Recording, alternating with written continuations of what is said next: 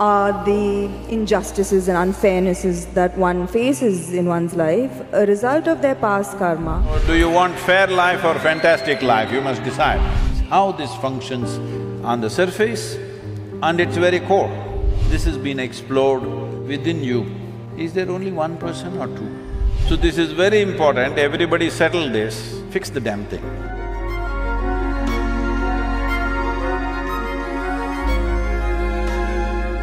How much of one's life is a result of their past karma?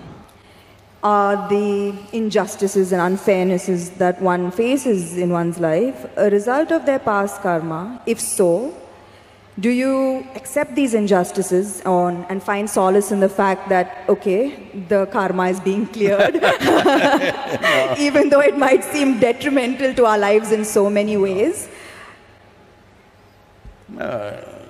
Samantha, you're old enough for this. I'm not saying you're old, I said you're old enough. Do you still expect the world to be fair to you? That's why I'm asking this question. Can I blame it on my past karma is what I'm asking. I want the world to be fair to me is a schoolgirl question. By now you should know the world is not fair. It will not be fair to you. But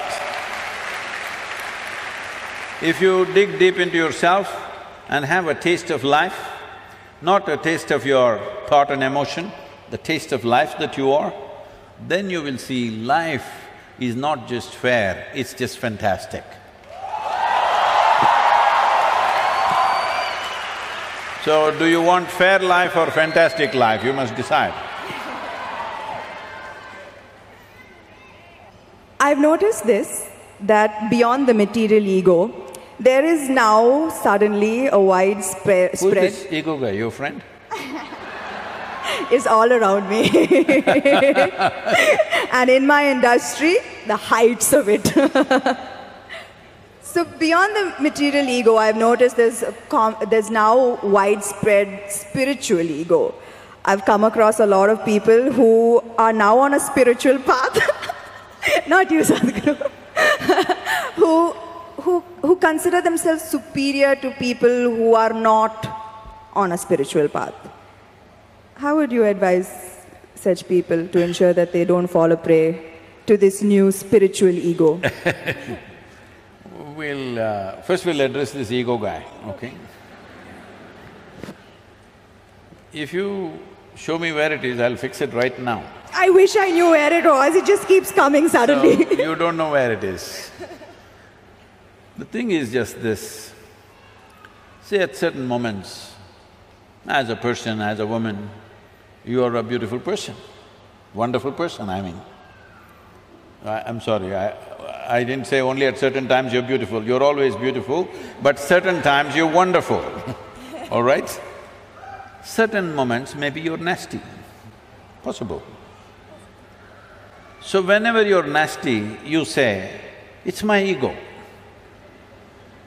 Why don't you say, it's me, I'm sometimes wonderful, sometimes nasty. If you see this, naturally nastiness will go down. But if you say, whenever you're nasty, Mr. Ego does this, and you don't know where he is, you don't know his address or ID, nor do you know his phone number, so how do you fix this guy? So everybody has this going in their life, because this is spiritual jargon without being spiritual is all over the place, particularly in India, because we have, 15, 20,000 years of spiritual history, so we know all the words. We know what Atma, Paramatma, this one, that one, Ahankara, everything we know, words only. Words only, noted. So we can just throw words like this and confuse the Western population quite a bit. Because if you come here, they'll say Mukti, Shakti, this one, that one, all kinds of things. I know a lot of people who've gone and set up spiritual centers in the West, particularly in America, because they just know one chant, just one chant. Okay, Asatoma Sadgamaya, with this they run the whole thing. So unfortunately, spirituality in some ways it's come there. It's come there because there is need in the society, there is not enough source. Because of that, people are manufacturing this here and there. This happened, a few years ago, 16 years ago. And I was in United States, and then somebody in the office, our office, told me, Sadhguru, did you know every day 100,000 people are typing out the word spiritual? I said, is that so? Type it out and see what comes out. Are we even there in the picture? They typed out spirituality. First thing that comes up is a spa in Mexico. You've been there.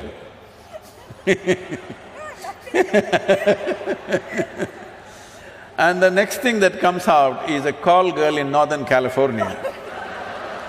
She has learned all that SEO. For everything she says spiritual, spiritual, spiritual. 108 times she uses the word spiritual on our website. You say spiritual, she comes up, number 2. I thought this is a shame. For thousands of years, anything spiritual means people looked east. East means India, that's what it meant. So I said we must start something, a spiritual gateway, that if people say if they seek spirituality, they must look towards India. Because this is one culture which has spent maximum amount of time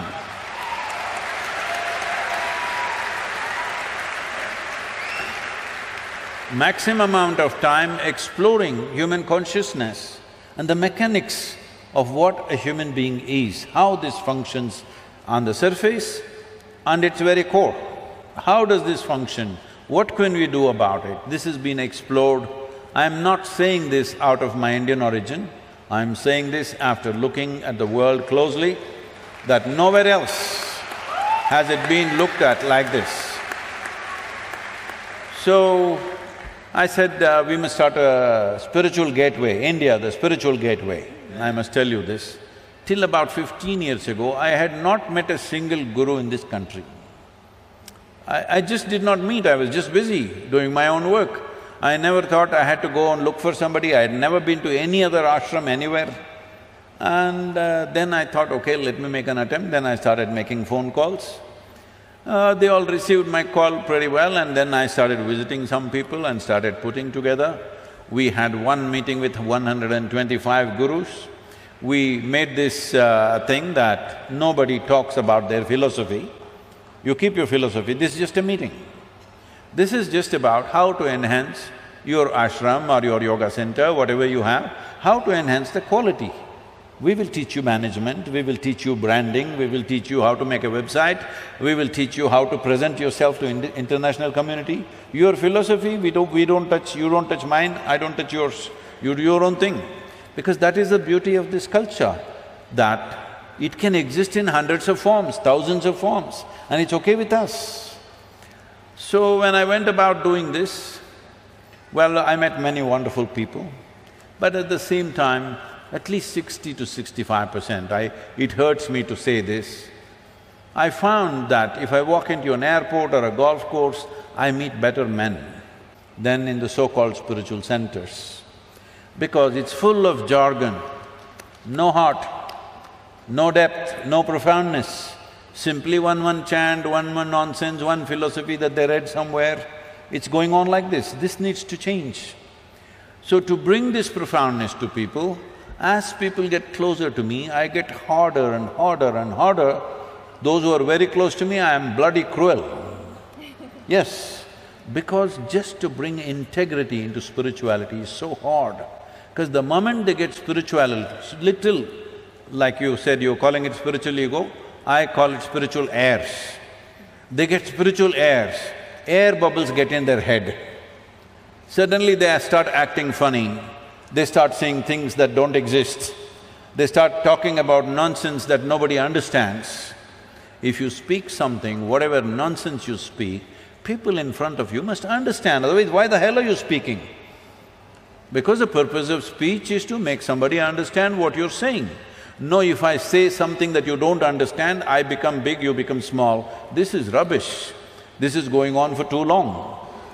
So, this whole spirituality as a thing, unfortunately, has fallen on bad times, but slowly it is rising because people's longing is increasing. I must tell you this, 40 years ago when I first started the programs, in our engineering programs, in various different forms, 85% of the people used to come to the programs only for health problems.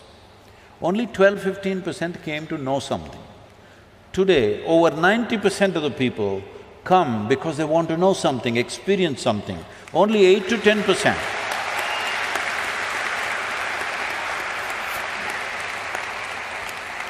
Only 8 to 10% are coming for health issues, which is a significant change in human consciousness. About this ego business, this is one thing we must settle. See, within you, is there only one person or two? I think one. You think one? I'm going to go with one. One. That means you're an individual. An individual means, the word individual comes from indivisible. You're not further divisible, that's good, you're an individual. If you are two, then you're either schizophrenic or possessed, psychiatrist or exorcist. Either a psychiatrist or an exorcist has to come.